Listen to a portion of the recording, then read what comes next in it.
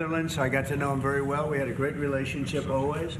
Mark Rutte, now he's Secretary-General of NATO and doing a fantastic job. Everybody, every report I've gotten is what a great job he did, and I'm not at all surprised when I hear it. We had to support him, and we supported him as soon as I heard the name.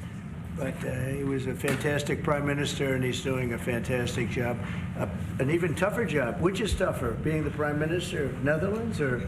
This job is quite tough. I would think this is a little but Dutch politics is also brutal. So. Yeah, but this is pretty tough. But you're doing good.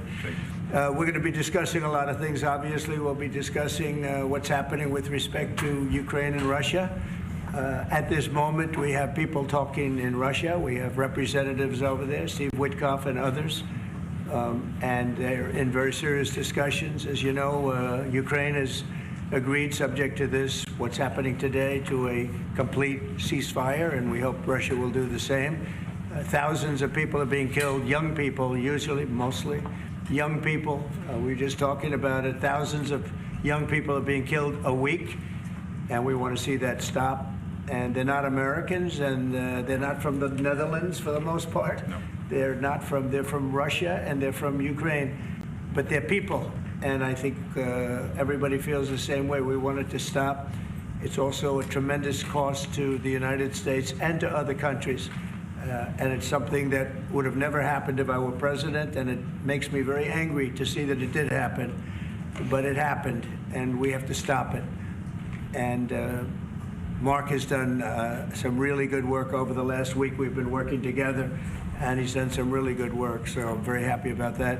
We'll also be talking about trade and various other things, and I think we'll have a very, very strong day. We're going to have lunch afterwards, that'll go, and then we'll see you all later. But Mark, would you like to say something? Yeah, first of all, thank you so much, Mr. President, dear Donald, again for hosting me, and but also for taking time in Florida. A couple of weeks after you were re-elected. That's right. And of course our phone call a couple of weeks ago, and I must say, Trump 45, you originated the fact that in Europe we are now spending, when you take it to aggregate, 700 billion more on defense than when you came in office in 2016, 2017. But that was Trump 45. But when you look at Trump 47, That'd be hard to tell. what happened the last couple of weeks is really staggering. The Europeans committing to a package of 800 billion defense spending. The Germans now, potentially up to $500 billion extra in defense spending. And then, of course, you had Keir Starmer here, the British Prime Minister, and others, all committing to much higher defense spending. We're not there. We need to do more, but I really want to work together with you in a run-up to the The Hague Summit to make sure that we will have a NATO which is really reinvigorated under your leadership, and we are getting there. We also discuss defense production, because we need to produce more weaponry. We are not doing enough. And not in the US, not in Europe, and we are lacking behind when you compare to the Russians and the Chinese. And you have a huge defense industrial base. Europeans buying 4 times more here than the other way around, which is good because you have a strong defense industry, but we need to do more there to make sure that we ramp up the production and kill the red tape. So I would love to work with you on that. And finally, Ukraine, you broke the deadlock. As you said, all the killing, the young people dying, cities getting destroyed. The fact that you did that you started the dialogue with the Russians, and the successful talks in Saudi Arabia now with the Ukrainians. I really want to commend you for this. So, The Hague is my hometown. I love to host you there in the summer and work together to make sure that will be a splash, a real success, projecting American power on the world stage. What Mark is saying is when I first went to NATO, my first meeting, I noticed that very few people were paying. And if they weren't paying their fair share. There were only 7 countries that were paying what they were supposed to be paying, which was... Yeah, it's even worse. It could be even worse. But there were just very few countries that were paying, and even the paying, it was at 2%, which is too low. It should be higher. It should be quite a bit higher. But you had Poland, and I remember Poland was actually paying a little bit more than they were supposed to, which I was very impressed with. They've been actually terrific, and some of the others. But most of them weren't paying, or they were paying very little. And I didn't think it was appropriate to bring it up there, but I said it's going to be brought up at my next meeting. And my next meeting, the first meeting, you want to give them a little break. The second meeting, it began, and I was able to raise hundreds of billions of dollars. I just said, we're not going to be involved with you if you're not going to pay. And the money started pouring in, and NATO became much stronger because of my actions and working along with a lot of people, including Mark. But they would not pay for other presidents, and I don't think other presidents even knew that they weren't paid. I asked, first question, has everybody paid up? And literally, I mean, they told me 7. You could be right, it could be 3, but that makes it even worse. But they just weren't paying. And I said, no, I won't protect if you're not paying. If you're delinquent or if the money isn't paid, why would we do that? And as soon as I said that, got a little hit from the press because they said, oh, gee, that's not very nice. But if you said the other, nobody would have paid. And the money started coming in by the billions. And, hundreds of billions of dollars flowed into NATO, and NATO became strong. Yeah. And you remember that. Your predecessor, who I thought was a very good man. Absolutely. Yes, Stoltenberg. He sends his best greetings. He was terrific. Stoltenberg, Secretary-General. And he made the statement that when Trump came in, the money started coming in like we never saw before. Hundreds of billions, actually probably close to $600 billion came in, and NATO became strong from that standpoint. And now we have to use it wisely, and we have to get this war over with, and you'll be back to a normal, much more normal life. And maybe we're close. We're getting words that things are going okay in Russia, and it doesn't mean anything until we hear what the final outcome is. But they have very serious discussions going on right now with President Putin and others. And hopefully they all want to end this nightmare. It's a nightmare. It's a horrible thing when you look. I get pictures every week. They give me the pictures of the battlefield, which I almost don't want to see. It's so horrible to see young people laying arms and legs and heads laying all over the field. It's the most terrible thing that you'll ever see. And it's got to stop. These are young people with mothers and fathers and sisters and brothers and friends, and it's got to stop. So we hopefully are going to be in a good position sometime today to have a good idea. We'll have we know where we are with Ukraine, and we are getting good signals outside of Russia as to where we are with Russia. And hopefully they'll do the right thing. It's really humanity. We're talking about humanity. We're not talking about the money. But then you add the money to it, and hundreds of billions of dollars is being spent and really wasted so unnecessarily. It should have never happened. So it's an honor to have you here. They picked a great gentleman. I'll tell you, I was so happy to hear, because you had somebody. Stoltenberg was really good, and you have somebody that's going to do an incredible job. And I was so much in favor of you. You have no idea. They had another person that I did not like. I was not happy. And I think I kept him from, you know what I'm talking about. I said, this is the right man to do it. And he really did. He was a great prime minister of the Netherlands. He did a great job. And that's what he's doing right now. So thank you, everybody, for being here. And it's a very great honor to have you. And we even have some of our great energy people here today, right? We have the governor, and we have Chris, Chris, right? Absolutely. Supposed to be the most talented man in the world of energy, according to the governor. So I don't know if he's right. And we have General, you've been fantastic. Thank you very much. And we have a lot of good people that won't be so much involved with this, but they wanted to see what was happening. It's become a little bit of a show, but they wanted to see what was happening, and I think a lot of good things are happening. So with that, if anybody would have a question. Mr. President, on Russia. Sorry. It was Steve Witkoff's trip to Moscow. You spoke about it. What sort of agreement do you hope he comes away from there with? Well, we'd like to see a ceasefire from Russia, and we have, not been working in the dark. We've been discussing with Ukraine land and pieces of land that would be kept and lost, and all of the other elements of a final agreement. There's a power plant involved, a very big power plant involved. Who's going to get the power plant, and who's going to get this and that? And so, it's not an easy process. But phase one is the ceasefire. A lot of the individual subjects have been discussed, though. We've been discussing concepts of land, because you don't want to waste time with a ceasefire if it's not going to mean anything. So we're saying, look, this is what you can get, this is what you can't get. they discussed NATO and being in NATO, and everybody knows what the answer to that is. They've known that answer for 40 years, in all fairness. A lot of the details of a final agreement have actually been discussed.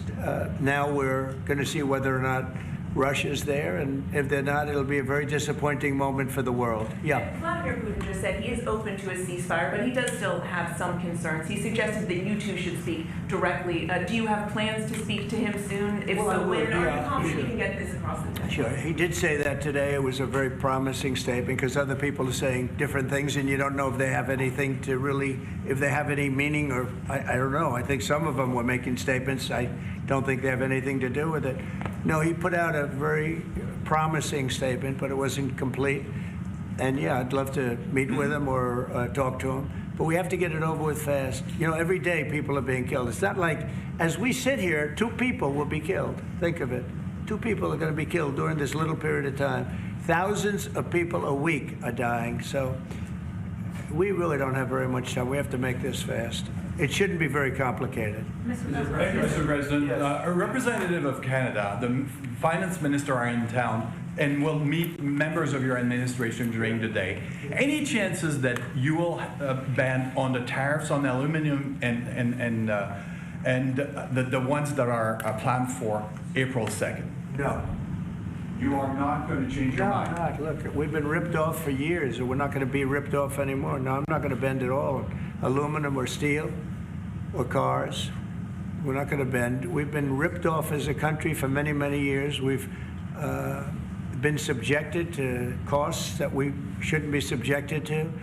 In the case of Canada, we're spending $200 billion a year to subsidize Canada. I love Canada. I love the people of Canada. I have many friends in Canada. The great one, Wayne Gretzky, the great. Hey, how good is Wayne Gretzky? He's the great one. But we have, I know many people from Canada that are good friends of mine. But, you know, the United States can't subsidize a country for $200 billion a year. We don't need their cars. We don't need their energy. We don't need their lumber. We don't need anything that they give. We do it because we want to be helpful, but it comes a point when you just can't do that. You have to run your own country. And to be honest with you, Canada only works as a state. It doesn't. We don't need anything they have. As a state, it would be one of the great states anyway. This would be the most incredible country visually. If you look at a map, they drew an artificial line right through it between Canada and the U.S. Just a straight artificial line. Somebody did it a long time ago, many, many decades ago, and makes no sense. It's so perfect as a great and cherished state. Keeping "O Canada," the national anthem. I love it. I think it's great. Keep it. But it'll be for the state, one of our greatest states. Maybe our greatest state. But why should we subsidize another country for $200 billion? It costs us $200 billion a year. And again, we don't need their lumber. We don't need their energy. We have more than they do. We don't need anything. We don't need their cars. I'd much rather make the cars here. And there's not a thing that we need. Now, there'll be a little disruption, but it won't be very long. But they need us. We really don't need them. And we have to do this. I'm sorry. We have to do this. Yes. Mr. President, Yeah. you have made it very clear that NATO needs to step up, although great progress has been made in your first mandate. How do you envision this new transatlantic? Are you talking about NATO stepping up? Well, NATO is stepping up through this man. This man is a man that only knows how to step up. And we have the same goal in mind. We want the war ended. And he's doing his job. He only knows how to do a good job. That's one thing. That's why I fought for him to get that job. Because they had some other candidates that I'll tell you would not have done a very good job. I need this part of the move for my family. So we'll get you a clip. We're going to get him a clip of that little last statement. The rest of the statements he doesn't care about. So how does this new transatlantic cooperation, how do you envision it? Well, that's one thing. I mean, you know, we're on the other side of the ocean. And they're right there. And yet we're in for $350 billion because of Biden, and they're in for $100 billion. So it's a big difference. And it's unfair. And I said you have to equalize. They should equalize. They should have. It should have never happened where Biden just gave this money away. Now, as you know, we have an agreement with Ukraine on the rare earths and other things, and that'll get us something back, a lot back. It'll get us our money back. We're not doing it for that, though. I'm just doing this to get the war stopped. I'm doing it really to save lives, but at the same time, we were treated very unfairly, as we always are by every country. And we're in for very substantially more than the European nations are in for, and that shouldn't be. You know, they're much more affected by it than we are, because we do have an ocean in between. But I don't know. I think good things are going to happen. I really do. I think good things are going to happen. I do say, we were talking before, and Mark was very nice. He said, if you would get involved, there would be nothing. You'd just be going on. This thing would have gone on for a long time. Breaking a deadlock. It was crucial. Yeah, we broke a deadlock. We did break a deadlock. I hope it's meaningful. Yes, did you have one? Yeah. Yes, sir. Thank you, Mr. President. Amanda Head with Just the News. On the southern border, you've got DHS and ICE who are reporting that there was a little bit of fudging of numbers during the Biden administration on both the catch and the release side with respect to reporting the number of illegals coming into the They country. cheated on the numbers. The numbers were. I love that question. Who are you with? Just the News, Amanda Head. Very nice. That's good. That's Do good. you know how many of those are criminal illegal aliens? And Many of them. Biden's out of office. Alejandro Mayorkas, who gets No, held Biden accountable? fudged the numbers. The numbers were totally fake. And he gave fake numbers. I knew they were fake. Everybody knew they were fake. But now it came out. And terrible what they did. That administration was a horror show for this country. Can you hold anyone accountable? Well, I don't know. They gave phony numbers.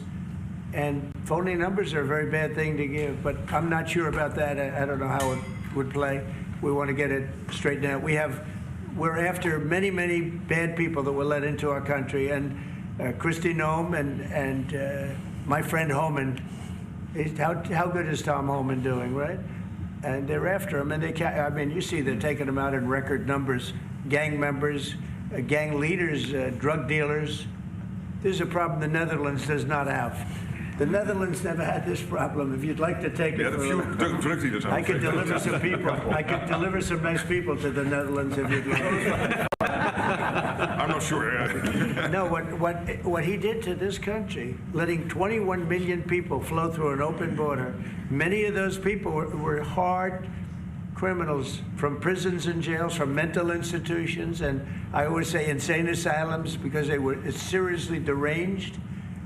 And they're here from, not South America, from all over the world. From South America, but from all over the world.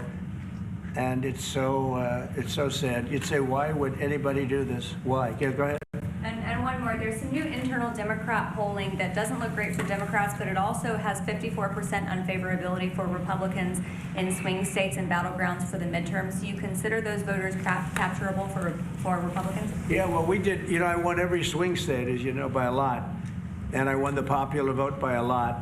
And we won the counties. If you look at the counties and district plan, we had 2,725, and they had 501. That's why the map is all red. So we had a great thing. Yeah, I think winning from the Democrats, if you look the other night, I made a speech, and I introduced two young ladies who were killed, viciously, violently killed. Young, unbelievable, both outstanding people. They were killed by illegal aliens. And the Democrats wouldn't get up and applaud. The mothers were, inconsolable. They were crying, and everybody was crying. The Democrats sat there with stone faces. They didn't clap. They didn't stand. They didn't do anything. We had a young man with very serious cancer. His dream is to be with the police department someday. And he was introduced. They didn't even clap. Yeah, they were disgusting, frankly. They were disgusting. There's something wrong with them.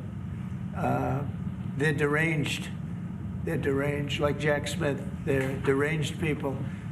And I never saw anything like it. I'm standing up, and I introduced the mother and the parents of these two young girls that were just recently essentially killed, violently killed. And the Democrats are like this. It's so sad. And I saw this morning where one of them is pretty well known, one is arguing, fighting like crazy over men being able to play in women's sports. I said, yeah, I thought that was tried. I thought that was about a 95%, I think it's a 95% issue. But in a way, I want them to keep doing it because I don't think they can win a race. I mean, and I tell the Republicans, I said, don't bring that subject up because there's no election right now. But about a week before the election, bring it up because you can't lose. And everything's transgender this, transgender that. You know, they have bad politics, but one thing, they stick together.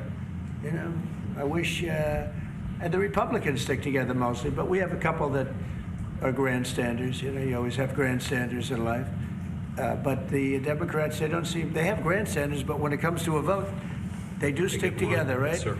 It seems like they'll stick together on the shutdown. Will that hurt Democrats going into midterms? Well, if they do a shutdown, and ultimately that might lead to very, very high taxes, because we're talking about a shutdown, we're talking about getting to work immediately on the greatest tax bill ever passed. That was the one we did. It was a renewal, and it's an addition to it. And we're going to cut people's taxes. And if we don't open, the Democrats are stopping all of these good things that we're providing. We're providing the greatest package of benefits that this country's ever provided. The biggest part of that's going to be tax cuts for the middle class and for businesses, small businesses, employers, people that hire people in jobs. And if it's shut down, it's only going to be, if there's a shutdown, it's only because of the Democrats. And they would really be taking away a lot from our country and from the people of our country. Mr. President, on tariffs, you made clear you're not backing down from this, but many American small business owners say they are concerned that these tariffs are going to hurt them. What's your message to them? They're going to be so much richer than they are right now. And we have many, yesterday General Motors was in, they want to invest $60 billion. The people from Facebook were in yesterday. They're going to invest $60 billion by the end of the year. Other people are talking about numbers. Apple, as you know, a few days ago announced $500 billion investment. They're going to build their plants in the United States, which, as you know, almost all of their plants are in China. Now they're building in the United States. Look, the reason is two things. Number one, the election, November 5th. And the other thing is tariffs. I think probably in that order. But Tim Cook came in and he announced 500, think of it, 500 billion, not million. 500 million's a lot when you think about it, right? But, well, I would have been happy with 500 million, but it's $500 billion investment by Apple in the United States. And that's because of the election result, and it's because of the tariffs and the tax incentives too, you know, tariffs and tax incentives. And I've never seen anything like it. We have plants going up now in Indiana. We have plants going up in Michigan. A lot of plants going to be planned from. I'm trying to steer them to Michigan because Michigan got so badly beaten by, you know, what happened with Europe. You know, if you look at Europe, take a look at the EU. We're not allowed to sell cars there. It's prohibitive because of their policies and also their non-monetary tariffs. They put obstacles in your way that you can do nothing about. But if you take a look at what happens, so we sell no cars to Europe. I mean, virtually no cars, and they sell millions of cars to us. They don't take our agriculture, we take their agriculture. It's like a one-way street with them. The European Union is very, very nasty. They sue our companies. Apple was forced to pay $16 billion on a case that, very much like my cases that I won. They shouldn't have been even cases, but we felt they had no case, and they ended up having an extremely favorable judge and decision. But they're suing Google, they're suing Facebook, they're suing all of these companies, and they're taking billions of dollars out of American companies, many more than the ones I just mentioned. And I guess they're using it to run Europe or something. I don't know what they're using it for, but they treat us very badly. China obviously treats us very badly. Almost everybody does, and I blame past presidents, to be honest, because when I was president, we received so far about $700 billion from China over the years on the tariffs that I put in. No other president got 10 cents from China. And that was only beginning, except for COVID. I would have been able to finish the process, but we had to fight the COVID thing, and we did really well with it. But we had to fight, and then we had actually, as you remember, Mark, we actually handed over the stock market. It was higher than just previous to COVID coming in, which was sort of a miracle, frankly. We did a good job, but the tariffs are very important, and I think the psychology. There's great spirit. When Mark came in, he said, congratulations, there's a whole new spirit, there's a whole new light over this country and really over the world, because you have somebody that, a whole group of people really, because I talk about this whole group, that we know what we're doing, and a lot of great things are happening. But I've never seen investment like this. Trillions of dollars is being invested in the United States now that would have never, our country could have failed. Another 4 years of this, what happened in the last 4 years, our country would have been a crime-ridden mess. And I don't know if you noticed, little thing they call it, but it's not a little thing if you like eggs and you don't have a lot of money. Eggs have gone down 25% in the last couple of weeks. We inherited that problem, eggs. Groceries have gone down a little bit. Energy's gone down. Do you want to speak to that for a second? Governor, would you just say a couple of words, you and Chris, about energy, what's happened? Well, happy to, but I think that Chris and I just came from CERAWeek, which is the largest conference in the world, so global leaders, people from the EU, officials from all the energy-producing countries, all there, and all the global nationals, all the U.S. The spirit of that group is through the roof, because now they realize that in the United States that President Trump's policies are pro-developing more energy, as opposed to we're trying to shut down energy, and that pro-growth, pro-business, pro-energy approach is giving people the optimism. So then the markets are reacting to that, and energy prices on the futures market are going to go down, because people know we're not going to be killing off the energy we need for prosperity in all of our countries, but also for peace. Because people have used energy to fuel these wars that President Trump is working so hard to end, and we know that high energy prices were driving the inflation that he talked about. So it accomplishes two goals for us, which is prosperity for the world, peace for the world, when we have smart energy policies, and President Trump has brought common sense back to how we think about energy. And it's brought down now $65 a barrel, I saw this morning. That's phenomenal news, and that's what brought it up. The energy they took our beautiful energy policies and they just messed them up, and then they went immediately back to them, but by that time they lost it. They lost that bronco, as the expression goes. Chris, do you have something to say? Oh, I think Doug said it well, but you just can't overstate how important the return of common sense, the return of knowledge about energy and pro-American consumers, pro-investment in our country. I think globally that was welcomed. It means capital flows, it means more sobriety and lower energy prices, more economic opportunity for Americans. So yeah, it elated atmosphere at a global energy conference. Well, we're working on one project. It should be very easy. It's a pipeline going through a small section of New York. New York's held it up for years, actually, for years. They've wanted to do it for years and years, and it will reduce the most expensive energy almost in the world is in New England, because they have no way of getting it there because it's been held up by New York. And the whole of New England and Connecticut and New York, the energy prices are through the roof. And this one pipeline will save per family $2,500 just on heating, and another $2,500 on everything else. So the energy, by just a simple pipeline going through an area that wants it, an area that's not a rich area, it's actually a very poor area, would create jobs and everything else.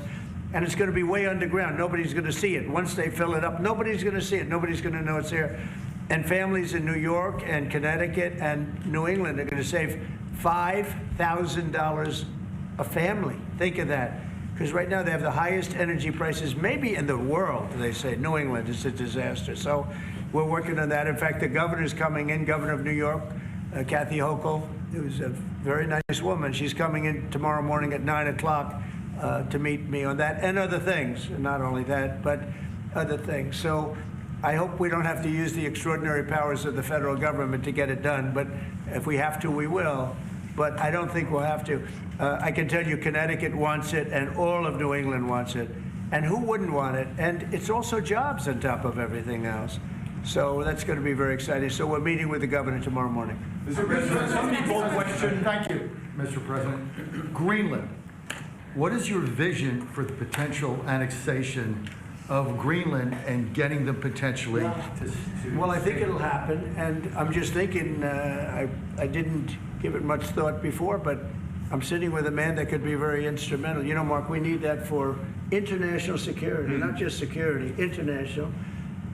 We have a lot of our favorite players, cruising around the coast, and we have to be careful.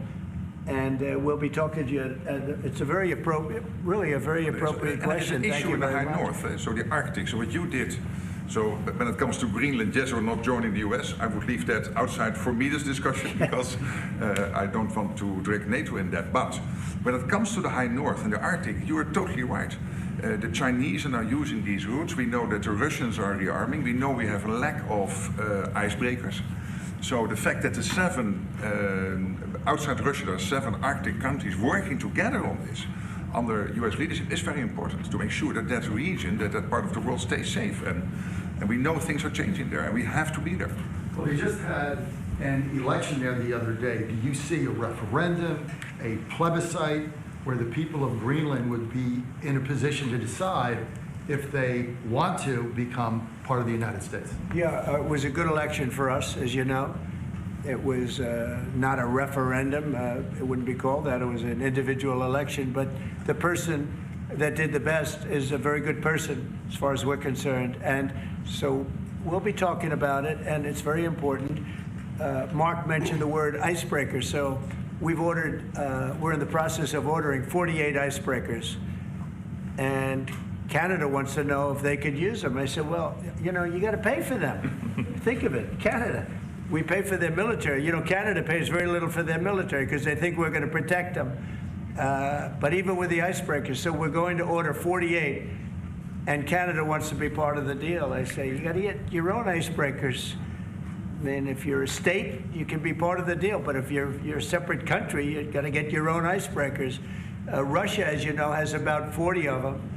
And we have one big icebreaker, but that whole area is becoming very important. And for a lot of reasons, the routes are, you know, very direct to Asia, to Russia, and you have ships all over the place, and we have to have protection. So we're going to have to make a deal on that.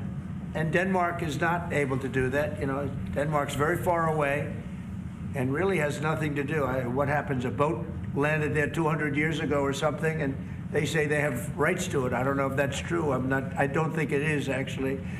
But we've been dealing with Denmark, we've been dealing with Greenland, and we have to do it. We really need it for national security. I think that's why NATO might have to get involved in a way, because we really need Greenland for national security. It's very important. You know, we have a couple of bases on Greenland already, and we have quite a few soldiers, and maybe you'll see more and more soldiers go there. I don't know. What do you think about that, Pete? So, don't answer that, Pete. Don't answer that question. But we have bases, and we have quite a few soldiers on Greenland. Because some question your commitment to NATO. Will anything change? Your commitment to NATO. Will anything change?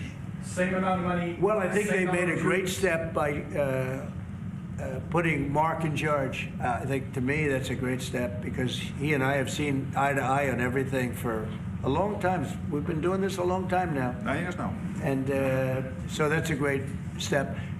You have to keep NATO strong. You have to keep it relevant. But the biggest thing we have to worry about right now is what's going on right now. I think the rest is going to take care of itself. I don't see this happening. This was a fluke. This was something that, if we had a competent president, it would not have happened. The man was grossly incompetent. All you have to do is take a look at, he signs by auto pen. Who was signing all this stuff by auto pen? Who would think you signed important documents by auto pen? You know, these are major documents you're signing. You're proud to sign them. You have your signature on something. In 300 years, they say, oh, look, can you imagine? Everything was signed by auto pen, almost everything. Nobody's ever heard of such a thing. So, should have never happened. Tomorrow with the Justice Department about law and order, could you tell us a little bit about that? Yeah, we're going to be with the Justice Department. We have a great Justice Department. Pam Bondi is so fantastic, and Todd Blanche, and Emil, you got to know him a little bit. He was acting for a little while. And some other people are incredible in the Justice Department, and I consider the FBI to be a part of it in a sense, and Cash is going to be fantastic, and all the people. Dan Bongino, I love that. I mean, I love that. I think Dan is great. I think we have unbelievable people. And all I'm going to do is set out my vision. It's going to be their vision, really, but it's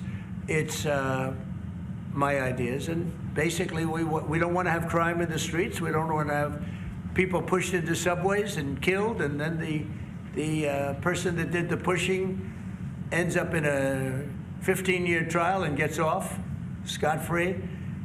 We want to have justice, and we want to have safety in our cities as well as our communities. And we'll be talking about immigration. We'll be talking about a lot of things, the complete gamut.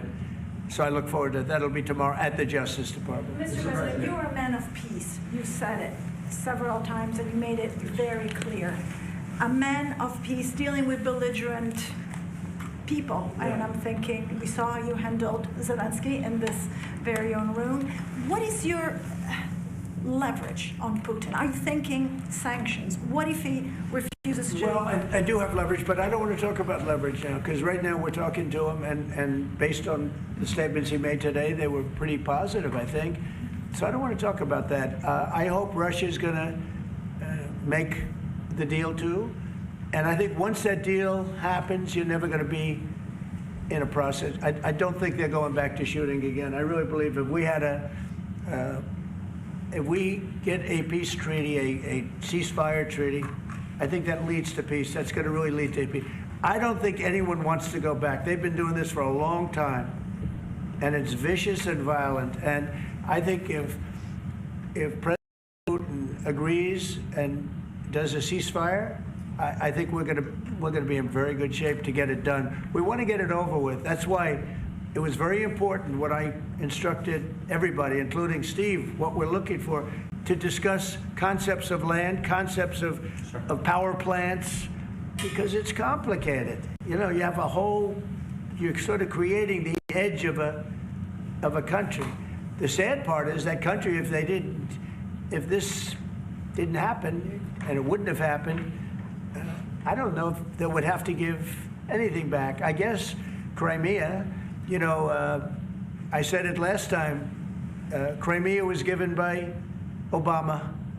Biden gave him the whole thing, and Bush gave him Georgia. And Trump didn't give him anything. I gave him, you know what I gave him? I gave them javelins. And the javelins were very effective, as you know. I gave them nothing. 2019. And then also, if you take a look, I was the one that stopped the pipeline going into Europe. It was totally stopped. Nord Stream 2, nobody ever heard of Nord Stream 2 before I came along. But I got along very well with President Putin. I got along with most of them. I get along great with President Xi. I got along great with Kim Jong-un. I got along great with all of them. And we had no wars. We had no problems. We wiped out ISIS in record time. General Raisin Kane, and he wiped him out, and he was going to be our new chief, right? He's going to be the head of Joint Chiefs of Staff, and he's a highly respected man. He's going to be great. Pete's going to be fantastic. I have no doubt about it. We have a great team, really great team. Yeah, please. Go ahead, please. Mr. President, some of our allies have said that they're worried that they could be the next to be attacked by Russia. You've spoken directly with the Russian president. Yeah. Do you think those fears are justified? No, I don't. I think when this gets done, it's done. They're going to all want to go home and rest. I don't see it happening. Nope, I don't see that happening. And we'll make sure it doesn't happen. Not going to happen, but we'll make sure it doesn't happen. Yeah, go ahead, please. Leaders from Russia and Iran are heading to Beijing tomorrow to discuss nuclear programs. What do you hope to get out of that? Well, maybe they're going to talk about non-nuclear programs. Maybe they're going to be talking about the de-escalation of nuclear weapons, because, you know, I was talking about that with President Putin very strongly, and we could have done something had that election not been rigged. We would have had something. I think I would have made a deal with Putin on de-escalation, denuclearization, as they say, but we would have de-escalated nuclear weapons, because the power of nuclear weapons is so great and so devastating, right now, Russia and us have by far the most, but China will catch us within 5 years. China doesn't have, but they're in the process of building, and they build. And within 4 or 5 years, they'll probably have the same. And by the way, this is a Republican tradition. Ronald Reagan, when he negotiated with Gorbachev in the 1980s about bringing down the number of nuclear weapons, it's what you have been doing your first term, and it is important. It would be a great achievement if we could bring down the number. We have so many weapons, and the power is so great. And number one, you don't need them to that extent. And then we'd have to get others, because as you know, in a smaller way, Kim Jong-un has a lot of nuclear weapons, by the way, a lot. And others do also. You have India, you have Pakistan, you have others that have them. And we'd get them involved. But we started off with Russia and us. We have by far, actually by far the most. And we were going to denuclearize. And that was going to happen. And then we were going to China. And I spoke to China. I spoke to President Xi about it. And he really liked the idea. You know, he'd like not to spend trillions of dollars building weapons that hopefully he's never going to have to use. And because they are very expensive also. So that would have been great. Okay, one or two more. There's been tension in the... Thank you. We're looking at an impending government shutdown Friday midnight. Yeah. Democrats for 30 years straight have said if there's a shutdown, bad things happen. Do you anticipate direct negotiations yourself with conference leader of the Democrats, Chuck Schumer? If they need me, I'm there 100%. It's right now it's 2 or 3 people. If it shuts down, it's not the Republicans' fault. You know, we passed a bill where we had an incredible Republican vote. We only had 1 negative vote, a grandstander, you know, 1 grandstander. There's always a grandstander in the lot. But it was amazing. People were amazed that the Republicans were able to vote in unison like that, so strongly. If there's a shutdown, even the Democrats admit it'll be their fault. And I'm hearing a lot of Democrats are going to vote for it, and I hope they do. This is an extension. But ultimately, we want to vote for one big, beautiful bill where we put the taxes in, we put everything in. We're going to have big tax cuts. We're going to have tremendous incentives for companies coming into our country and employing lots of people. It'll be, I called it, in a rare moment, one big, beautiful bill. That's what I like, and it seems to be that's where they're heading. And we'll have to take care of something to do with Los Angeles. A place called Los Angeles almost burned to the ground. By the way, I broke into Los Angeles. Can you believe it? I had a break-in. I invaded Los Angeles, and we opened up the water, and the water is now flowing down. They have so much water, they don't know what to do. They were sending it out to the Pacific for environmental reasons. Okay, can you believe it? And in the meantime, they lost 25,000 houses. They lost, and nobody's ever seen anything like it. But we have the water. I'd love to show you a picture. You've seen the picture. The water is flowing through the half pipes. You know, we have the big half pipes that go down. Used to, 25 years ago, they used to have plenty of water, but they turned it off for environmental reasons. Well, I turned it on for environmental reasons and also fire reasons. But and I've been asking them to do that during my first term. I said, do it. I didn't think anything could happen like this, but they didn't have enough water. Now the farmers are going to have water for their land, and the water is in there. But I actually had to break in. We broke in to do it because we had people that were afraid to give water. They were, in particular, they were trying to protect a certain little fish. And I said, how do you protect a fish if you don't have water? They didn't have any water, so they're protecting a fish. And that didn't work out too well, by the way. So they have a lot of water going down throughout California, all coming out from the Pacific Northwest, even some from Canada. Thank you, Canada, very much. I appreciate it. Next thing you know, they'll want to turn the water off. They want to charge us for the water. But it comes up from the Pacific Northwest, and it's a beautiful thing to see. I mean, it is brimming with water. Now, if they would have had that done, you wouldn't have had the damage because the fire would have been put out. The fire hydrants would have been loaded. The sprinklers in people's living rooms and bedrooms would have been loaded up with water. They had no water. The government makes them put sprinklers, and they had no water in the sprinklers because they had no water. So the water is flowing, and we're going to have to give a lot of money to Los Angeles to help them. And the Democrats are going to want to do that. So that's the one thing different. And frankly, I think that makes it a lot easier. But one of the big thing is we have the big, beautiful bill. We got to get that done. And that will put our country in a position like it's never been. It's a reduction of taxes.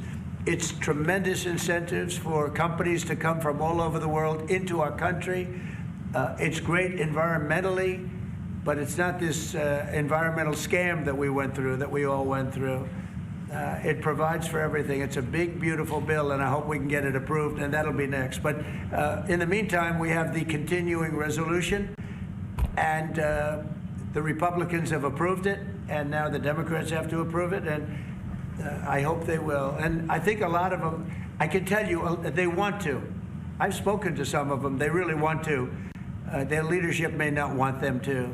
And if it closes, it's purely on the Democrats. One more? On Korea, sir, we've seen tension increasing in the peninsula. You've talked about Kim Jong-un. Do you have any plans of re-establishing the relationship you had during the first mandate? Well, I would. I had a great relationship with Kim Jong-un, North Korea. If I wasn't elected, if Hillary got in, you would have had a nuclear war with North Korea. He expected it. He expected it. And they said, oh, thousands of people. No, millions of people would have been killed. But I got in. We went to Singapore, we met. We went to Vietnam, we met. We got along really good. We had a very good relationship, and we still do. We still do. You don't have that threat that you had. I mean, look, when I was running the first time, it looked like there was going to be a war with North Korea. You know that better than me. Tensions were high. Yeah, and everybody it started was startled that you invited him for talks. Right. But you did. It started off very rough, and he wouldn't meet with Obama, wouldn't take his calls. I said, how many times did you call? They called a lot. He wouldn't take their call. He told me I wouldn't take his call. But with me, it did start off rough, if you remember. Very rough, actually, very nasty. There was a Singapore. And yeah, but then, no, before that, then it stopped. The rhetoric was extremely tough. It was... you had a speech in the UN, I remember. Yeah, that's right. It was a little bit dangerous. And then we met. They asked for a meeting, and we met. And the meeting caused the Olympics, which was in South Korea, to become a tremendous success. Nobody was buying tickets for the Olympics because they didn't want to be nuked. And I met, and not only did the Olympics become successful, but North Korea participated in the Olympics. His sister visited. It was an amazing thing. And that was something that was an achievement of the Trump administration, great achievement. And so I have a great relationship with Kim Jong-un. And we'll see what happens, but certainly he's a nuclear power. Okay? Thank you very much, everybody. Thank you.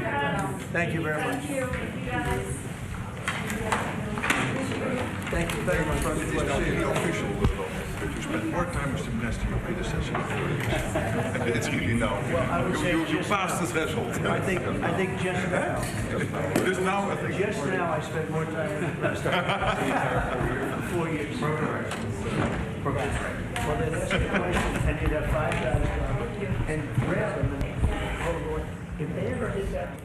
Just listening there to the tape playback conversation featuring President Donald Trump and NATO Chief Mark Rutte discussing several topics. President Trump detailing that latest ceasefire proposal between Ukraine and Russia, in which President Vladimir Putin has agreed to in principle, as well as discussing some of these tariffs that the Trump administration has opposed against Canada, China, and Mexico. We'll be right back.